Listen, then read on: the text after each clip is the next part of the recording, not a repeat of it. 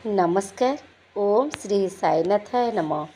संध्यास blog को आपण मानक अनेक अनेक स्वागत। यही निकटरे साई बाबा पांचपाड़ी व्रत मु रखी भाविली आपण मानक पाखरे व्रतर पूजा विधि शेयर करी। प्रथमे मु सकाळु गाधोई भल वस्त्र पिंधि जो जगार मु पूजा करी से ही जगटी को भल भाव पोछि देइछि। गोटे पीढ़ा मध्य रखी तापर हलदिया वस्त्र मु रखी।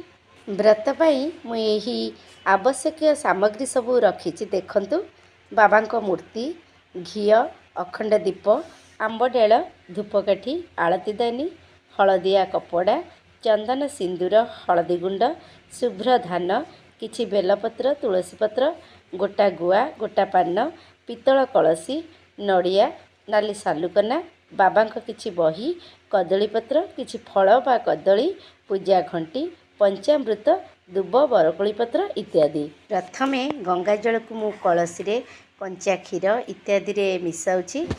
पंचामृत मध्य मु चारिआडे छिंची देली। बाबा को क्षीर और हलदी पानी रे गाधोई देबे। एही कलसी रे मु जल रे किछि गंगा जल मध्य मिसाइथिली। सेथिरे बाबा को भल भाबे गाधोई देली। आउ नुआ वस्त्र गोटे थिला बाबा को एमती पोछा पोछि कर देली। बाबा को देखंतु पूर्वर पीढ़ा उपरे हलदिया कपड़ा मु पकाइथिली। आउ सेथिरे बाबा को बसाइबा। बाबा बाम हाथ पाखरे कलशटीए बसाइबे।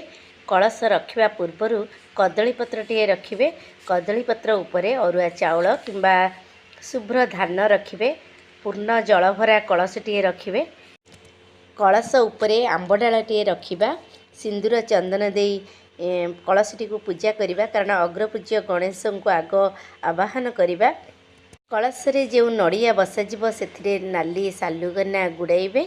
जहाँ आपणकर मनस्कामना थिबो ताहा बाबा को जणाइबे। बाबा को प्रणाम करी नड़ियार मुहटी को पूर्व मुखा करी रखिबे।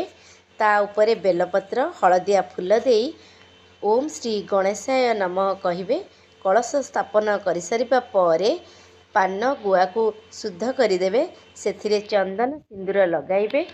देखंतु मु एठारे पंचामृत छिंची शुद्ध कर देउची। किंतु मने रखंतु प्रत्येक पाली रे गोटे गोटे पान गुआ बसेइबे। आपण जेते पाली व्रत रखिबे सेतिकिटा पान और गुआ मध्य रखिबे। बाबा को नुआ वस्त्र पिंधाइबे। बाबा को सजाइबा पई मुंडरे मकुट बा पगड़ी और हार मध्य पिंधाइबे। एठारे बाबा को मु नुआ वस्त्र पिंधाई सारिबा परे बाबा को चंदन सिंदूर मु एठारे लगाउछि। आपण मध्य सेहीपरि करिबे। पूजा करिबा समय रे श्रद्धार सह बा भक्तिर सह बाबा को पूजा करिबे। श्री साई बाबा प्रत्यक्ष देवता अटंती। तेणु बाबा उपरे विश्वास रखुथिबा और श्रद्धा रखुथिबा भक्त माने 5 गुरुवार व्रत विधिपूर्वक कले तांको इच्छा अनुसार फल मध्य तांको मिली थाए। प्रथमे फटो पाखरे प्रणाम करी बाबा आशीष भिक्षा मध्य करंतु। आपणकर मनस्कामना बाबा को जणांतु और भक्तिर सहित संकल्प मध्य करंतु। बाबा अत्यंत दयालु। आपणकर मनोवांछा निश्चिंत पूर्ण करिवे। बाबांकर हलदिया फूल रे भारी खुशी और गोलाप फूल मध्य भारी खुशी। तेणु बाबा को एठारे गोलाप फूल और गेंडू फूल रे बाबा को सजाइबा। बाबांकर तुलसी पत्र आउ बेलपत्र मध्य भारी प्रिय।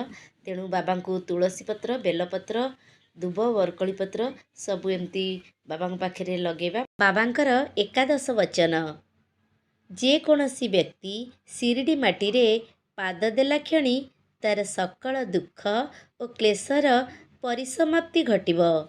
बाबा कहती मो मस्जिद्र पहाच को उठिबा मात्रके अति दिनहीन लोकर मन आनंद और उल्लास रे भरी उठिब। एई मोर शरीर त्याग कला परे मध्य मु सदा सर्वदा कार्यक्षम और शक्तिमंत होई रहिबी।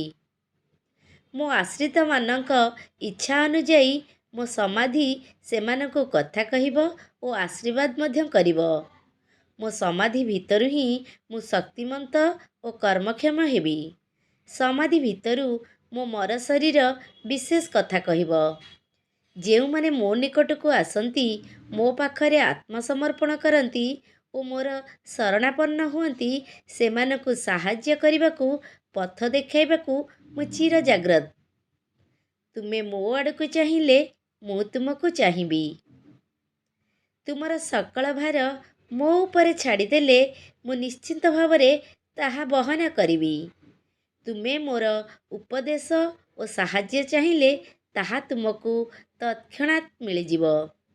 ମୋ ଭକ୍ତ ଓ ଆଶ୍ରିତମାନଙ୍କ ଗୃହରେ ଅଭାବ ବୋଲି କିଛି ରହିବ ନାହିଁ। କଦଳୀପତ୍ର ଉପରେ ଅରୁଆ ଚାଉଳ ଦେଇ 2ଟି ଦୀପ ଲଗାଇବେ।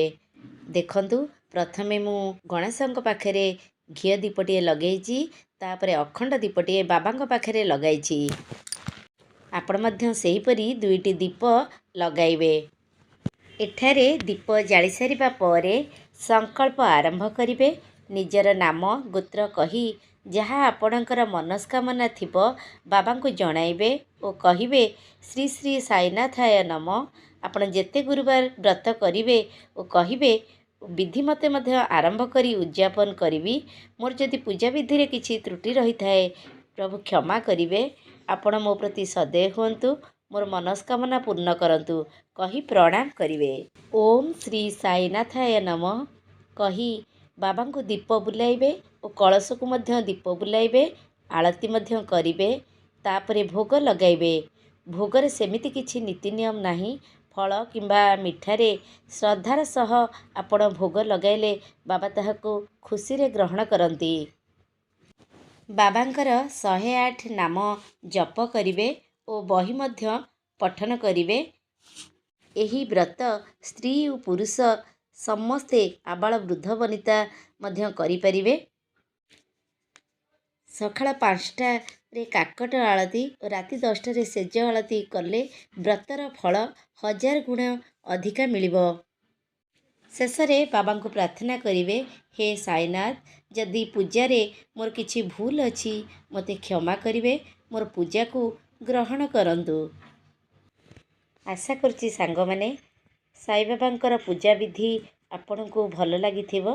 ଯଦି ଭିଡ଼ିଓଟି ଭଲ ଲାଗେ ଦୟାକରି ଲାଇକ୍, ସେୟାର ଆଣ୍ଡ ସବସ୍କ୍ରାଇବ୍ କରିଦିଅନ୍ତୁ। ରହିଲି, ନମସ୍କାର।